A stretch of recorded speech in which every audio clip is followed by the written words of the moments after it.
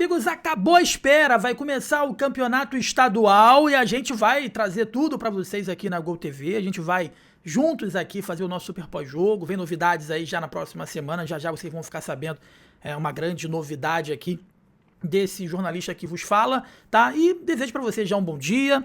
Por gentileza, deixe o seu like, inscreva-se aqui no nosso canal, que você ajuda demais a gente, ajuda muito o nosso crescimento. E hoje tem jogo, cara. O Bahia fechou na manhã de ontem, né? A preparação para o jogo contra a equipe do Jequié, marcado para hoje, às 16 horas de Brasília, na Casa de Apostas Arena Fonte Nova, pela primeira rodada do Campeonato Baiano, tá? No campo, o Rogério Ceni fez os últimos ajustes no time, que joga no dia de hoje, na estreia pelo estadual. Beleza? O Tricolor vai usar uma equipe alternativa formada majoritariamente por atletas da base, atletas com pouca rodagem no elenco principal, a exemplo do goleiro João Paulo e também quem retorna de empréstimo, como o zagueiro Marcos Vitor, também podem pintar aí no estadual, tá? O Ceni prepara a equipe tricolor desde a última segunda-feira, que foi a data da reapresentação do elenco, cara. E no dia de ontem, né?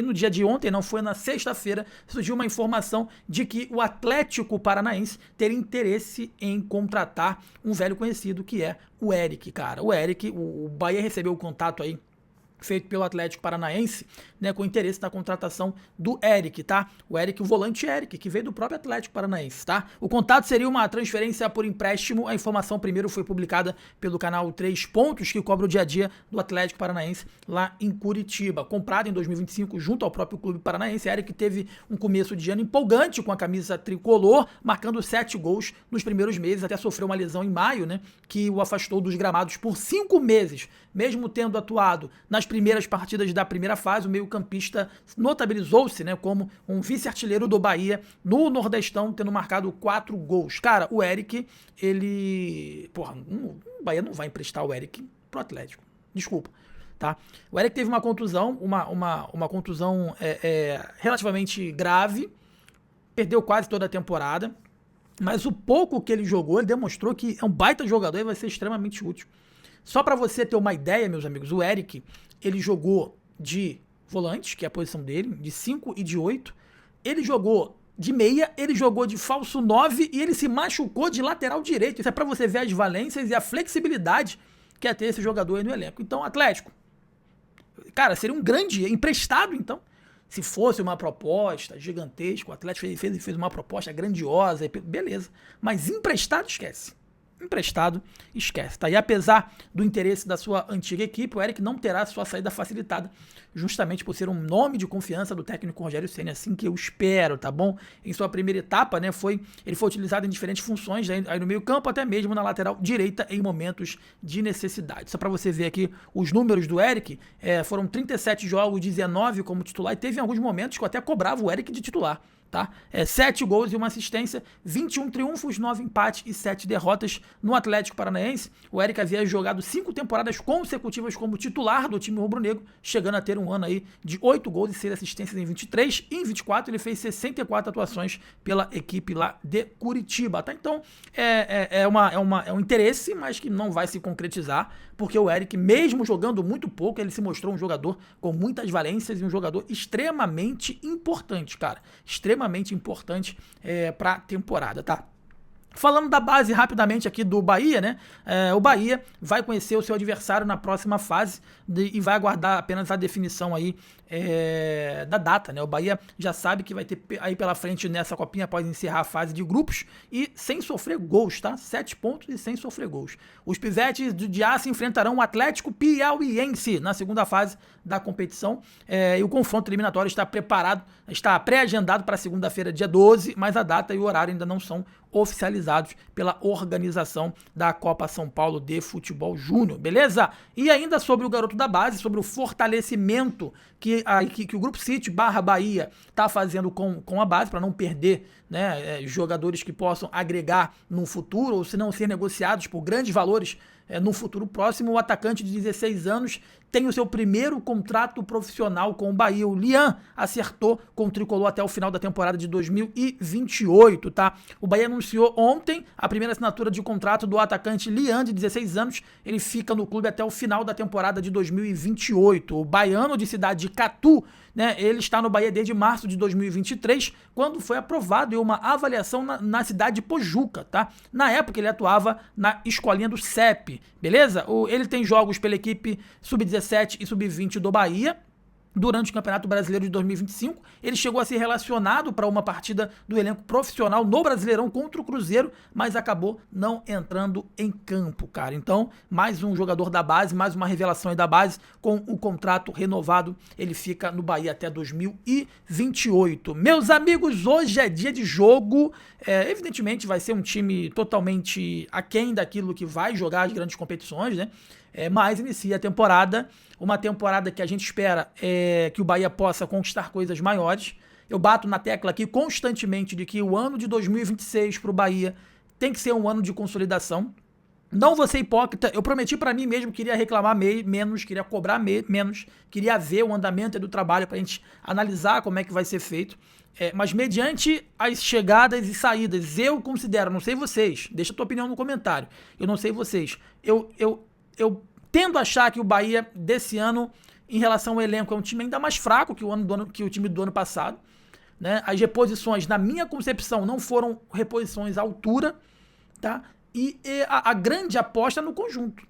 A grande aposta no conjunto. Porque, apesar de ter chegadas e saídas, né, elas não influenciam negativamente no conjunto. Então, assim, a sequência do trabalho, para mim, do técnico Rogério Ceni, que pode ser a situação chave para fazer um Bahia ser forte, candidato às competições que vai disputar em 2026, tá? A gente espera ainda que o Bahia se movimente no mercado. Tem posições carentes, tem posições que o Bahia precisa se reforçar. Com a saída do Aras, trouxe a reposição ali, que é o Roman Gomes, né? O Sanabria vai voltar um pouco mais para frente agora. Fechamos também ali com o Kik. Todos esses jogadores, para mim, são jogadores que chegam para poder se consolidar e no Bahia são apostas. Na verdade, todas as contratações acabam sendo apostas, porque de repente o cara joga muito bem em um time, no outro ali ele não rende, né? Mas eu acho que o Bahia precisa se reforçar mais, precisa de um substituto eventual para o Everton Ribeiro, precisa de um zagueiro incontestável e principalmente precisa de um camisa 9. O Bahia precisa de um camisa 9 para tirar o William José da zona de conforto. Não dizendo que ele está de má vontade, não dizendo, não, nada disso. Porque para o jogador como o William José, que precisa sempre estar treinando mais, porque ele é um jogador experiente, com uma certa idade, então precisa estar com vigor físico sempre em alta, ele precisa de alguém no banco ali que está cutucando ele, né? Mas cutucando, tô aqui. Se você vacilar, eu tô aqui. Né? E o Bahia hoje não tem esse jogador. E quando eu falo que eu considero o elenco do Bahia hoje mais enfraquecido do que o elenco do ano passado, basta a gente ver as entradas e as saídas. Thiago saiu, né? O Lúcio saiu. Querendo ou não, o Aras é um jogador de seleção, vai estar na próxima Copa do Mundo. Né? Enfim, alguns outros mais atrás deixaram. Então o Bahia se enfraqueceu e as chegadas aí do Bahia foram apostas. Né? E o Bahia precisa, na minha concepção, o Grupo City, juntamente com o Bahia, precisa trazer, mesclar isso. Né? Apostas com jogadores consolidados e aí você forma um time muito forte. Né? Um time só de apostas tende a não dar certo, assim como um time só de estrelas também tende a não dar certo. Então, é muito fundamental de que essa mescla seja feita para que você monte um grupo competitivo e forte.